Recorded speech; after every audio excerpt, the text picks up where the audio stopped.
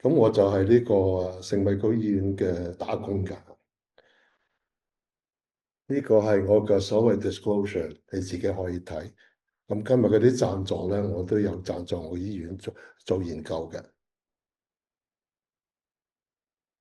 OK，咁今日嘅目標咧係第一，再同你重溫心臟衰竭嘅治療最新進展。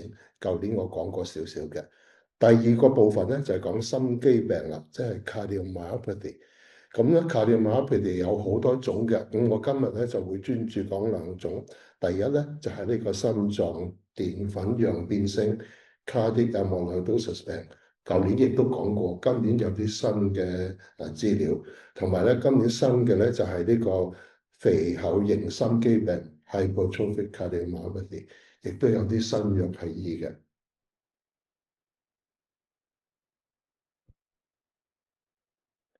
咁咩叫做心臟衰竭咧？呢個幻燈片我舊年俾佢哋睇過嘅。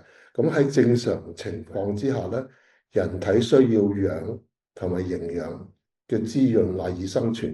咁但係但係呢個人體必須營養嘅血液咧，應該隨住人嘅體嘅需求咧，或者增加或者會減少。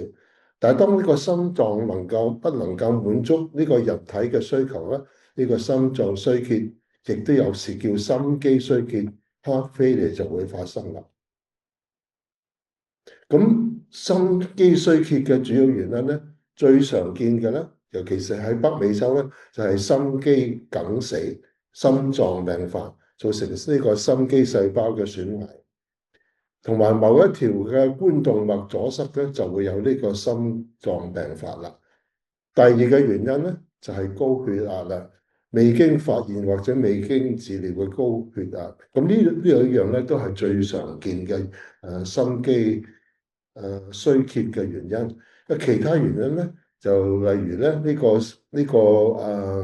心膜啊或者心瓣啊狹窄或者關閉唔完全咧，所謂叫做 valvular heart disease。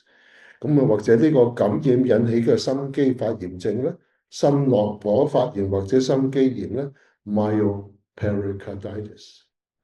過度飲酒或者用藥咧，亦都會嘅。糖尿病啊、肥胖啊、膽固醇高咧，亦都會有好多係原因唔明嘅心肌病，我哋就叫做 idiopathic cardiomyopathy。咁點樣診斷心肌衰竭咧？同其他心臟嘅科唔一樣咧，就係呢個係臨床嘅診斷。你應該喺臨床嗰度已經做到個診斷㗎。咁病人咧通常會話俾你聽：啊，我呼吸有啲困難喎，我腳會腫喎，我肚又脹喎，或者感覺疲倦咧。呢個你要諗一諗，會唔會係心肌衰竭？咁跟住咧，你就會去做一個診斷方式，做體檢啦。如果你見到好似呢個 cartoon 咁樣嗰個人咧，就腳腫啊，或者你聽個肺有雜聲啊，嗰啲咧都可能係呢個心肌衰竭嘅病徵嚟嘅。咁點樣診斷咧？最常嘅係心電圖啦，或者呢個胸部嘅 X 光檢驗啦，超音波心臟嘅檢查啦，所謂國內叫做 B 超，就亦都係英文就叫做 echocardiogram。咁咧，最後一樣咧，我哋成日都做嘅就係生物標誌物，所謂 biomarker。例如我哋通常咧，我就會通常會度呢個係B 型利納肽或者 BNP。咁咩叫做指引指導嘅藥物治療？所謂 guideline-directed medical therapy。咁首先我哋會講呢個心功能嘅量化，呢個左心室射血分數係每次心跳呢個左心室能夠泵出嘅含氧血液嘅比例，正常嘅比例係左心室嘅射血分數應該係55%至75%。呢一張幻燈片係比較難睇嘅，咁我會逐啲解釋俾你聽。第一就係呢個當呢個射血分數 ejection fraction 低過40%咧，我哋就叫做射血分數降低嘅心肌衰竭。如果當佢哋射血分數係41至50咧，我哋會叫呢個射血分數輕度降低嘅心肌衰竭。當呢個射血分數大過50%咧，我哋叫做射血分數有保留嘅心肌衰竭。第四樣咧，我哋成日都喺醫院睇到嘅，就叫做咧改善射血分數係咩啫？當你第一次度嗰個射血分數係低過40，但係咧第二次度嗰時咧多咗個10%到呢個多過40%。點解會呢樣好緊要咧？因為咧好多個治療咧未必一定係一樣嘅，咁咧所以你一定要跟住個病人。咁咧傳統嘅策略咧就係呢啲藥就係咧個體劑量滴定。如果你咁樣傳統法咧，就要做起碼要6個月先能夠醫到嘅。但係呢個最新嘅方法咧，就係所有步驟喺4周內完成，你就可以即用呢啲藥咧，兩樣 start 兩樣都得，或者係3樣都得，係睇病人嘅情況嚟講嘅。咁呢個咧通常4個禮拜之後就會造成㗎啦。咁呢個咁嘅步驟咧，係喺呢個所謂 clinical trial 裏邊咧證實咗㗎。檢查呢個clinical trial 咧研究係好緊要㗎，係喺歐洲做㗎，1800個病人，一半係2周內就完成咗佢嗰個到呢個劑量10%，另外咧嗰一半咧就係傳統式咁樣落藥嘅。咁你睇到咧呢個死亡同埋心臟衰竭住院嘅終點咧係減少咗嘅，就係越快咧我就會減少呢個主要嘅終點。咁有咩新嘅新療法2026咧？第一就係呢個所謂納葡萄糖協同轉運蛋白 SGLT2 inhibitor。咁呢個最初咧係為咗醫病人而發嘅，但係咧我哋而家見到咧係所有心臟衰竭病人，無論佢有或者冇糖尿，或者佢任何一個射血分數，即係嗰個所謂 ejection fraction 都有用嘅。咁呢個係第一劑藥 ，OK。第二隻藥咧係非類固酮酵炎品質激素受體抗劑，英文叫做 non-steroidal mineralocorticoid receptor antagonist。隻藥咧就係叫做 Finerenone 嘅，佢有效於呢個射血分數咧係高過40嘅。咁咧你又會睇到咧，起碼有3種，我哋頭先講3種嘅心肌衰竭咧都合用。咁呢個圖片咧係總括嚟講有咩藥可以醫嘅。當你係嗰個射血指數低嗰陣時咧，低過40%咧，你可以用呢啲所謂叫做血管緊張素腦啡肽酶抑制劑 （angiotensin II receptor nebulizer inhibitor），亦都可以用呢個 B 受體阻斷劑或者 beta blocker。最後咧，佢會用呢個 mineralocorticoid receptor agonist 鹽皮質激素受體結抗劑。咁咧呢啲都係比較 standard 嘅 therapy，但係呢個咧係只係適用於呢個係射血指數低過40%嘅。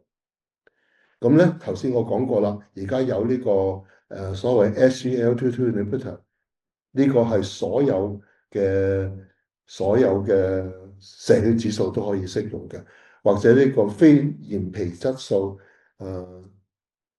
質激素受體抗結劑亦都啱用嘅。咁咧，當你呢個射血指數係高過40咧，你一定要用呢隻 SGLT2 inhibitor 同埋呢個non-steroidal mineralocorticoid receptor antagonist。好啦，咁你而家 move on 咧，我哋就去睇呢個心肌病啦。第一咧就係呢個心臟澱粉樣變性病，呢個舊年都講過少少嘅。最常見咧係叫做混甲狀腺素澱粉樣蛋白病 （transthyretin amyloidosis），簡稱係 ATTR amyloidosis。呢啲澱粉嘅樣蛋白咧係一個異常嘅蛋白聚積喺個心嗰度，咁咧令到心嘅機能受損。你諗到如果有啲嘢撐咗喺個心度咧，耐咧你係個心機能會係受損嘅，咁導致呢個心肌衰竭病同埋其他併發症。咁啊，朱醫生頭先講咗啦，呢個係呢個周邊神經會受到影響咯。咁個心咧係受到好大嘅影響嘅。咁咧通常咧呢個混甲狀腺素蛋白心臟咧嘅臨床表現咧，第一咧就係呢個肥厚性嘅心臟病啦，係 hypertrophic cardiomyopathy 啦，或者係會呢個傳導失調，即係 conduction disorder，或者係心肌衰竭，亦都會係呢個好有趣㗎嚇。有啲病人咧喺呢個主動脈狹窄咧，你以為佢係主動脈狹窄可以醫到啦，實在唔係嘅。佢哋好多病人有16%咧都會有呢個混甲狀腺素蛋白嘅心臟澱粉樣變性。咁咧，你應該做過嗰個頭先朱醫生講過叫做 pyrophosphate scan，睇下佢有冇呢個 ATTR amyloidosis。咁你點樣診斷咧？第一，你要維持呢個臨床懷疑指數。如果有病人有不明原因嘅心肌衰竭啦，不明原因嘅阻塞肥厚啦 （ventricular hypertrophy） 啦，或者呢個亦都頭先講過有呢個雙側腕道症候群 （bilateral carpal tunnel syndrome），或者呢個柱管狹窄史，即係 history of spinal stenosis。咁咧點樣可以測試咧？除咗臨床之外，用心電圖啦，用超聲波嘅心臟檢查啦。你超聲波咧，你可以見到個心肌咧係好厚嘅。咁可以最緊要咧就係呢個所謂 PYP scan 啊，pyrophosphate scan，亦都係呢個嘅焦輪酸鹽掃描。咁磁力共振亦都有幫助嘅。最新嘅咧就係一個靜止斷層掃描，或 PET scan。如果係都仍然診斷唔到咧，就呢個心內膜心肌切片 endomyocardial biopsy。但而家嚟講，2025至2026咧，我哋好少再需要做呢個切片嘅檢查，因為嗰個 PYP scan 已經取代咗啦。咁常見嘅心臟相關嘅病有咩嘢咧？有一個野生型嘅，即係唔係遺傳嘅。咁佢主要咧係心肌病，比較少啲係呢個周邊神經病。但係另外一個係世襲型 hereditary 嘅ATTR。咁咧呢度會有心肌病咧，亦都有嗰個 peripheral neuropathy 末梢神經變病，或者呢個自主神經變病。頭先朱醫生都講過，就好多嘢佢都講過。呢個我亦都係佢啲 show 過㗎。咁咧，但係我哋呢個 emphasis 就有啲唔同。咁主要係有兩種藥㗎，一樣就係抑制劑，另外咧就係穩定劑。呢啲全部都係可以買嘅。咁抑制劑係一個基因靜脈劑，有4隻藥嘅，但係而家主要咧都係呢個vutrisiran 或者伏特西林，佢哋係皮下嘅藥嘅，唔係用口服嘅，係皮下嘅。咁呢隻藥咧喺呢個美國食物管理局FDA 同埋加拿大衛生局咧都批准咗嘅。咁咧係。咁呢個點解 Voltaren 咁會啲政府會俾佢上市咧？就係因為呢個 study 㗎，呢個 study 就叫 Helios B。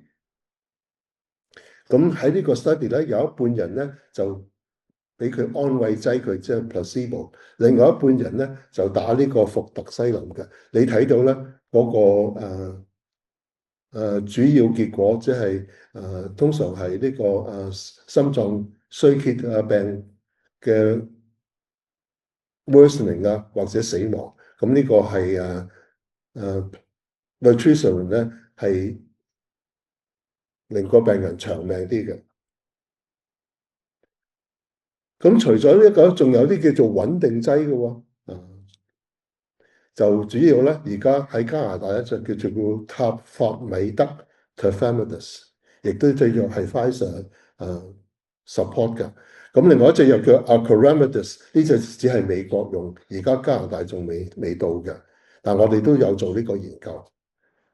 咁咧 Tafamidis 嘅 study 咧，就係呢度係有一半人係呢個安慰劑啦。一般人係呢個塔法米蒂或者塔法米特沙，咁佢哋嘅生存率係高咗啲嘅。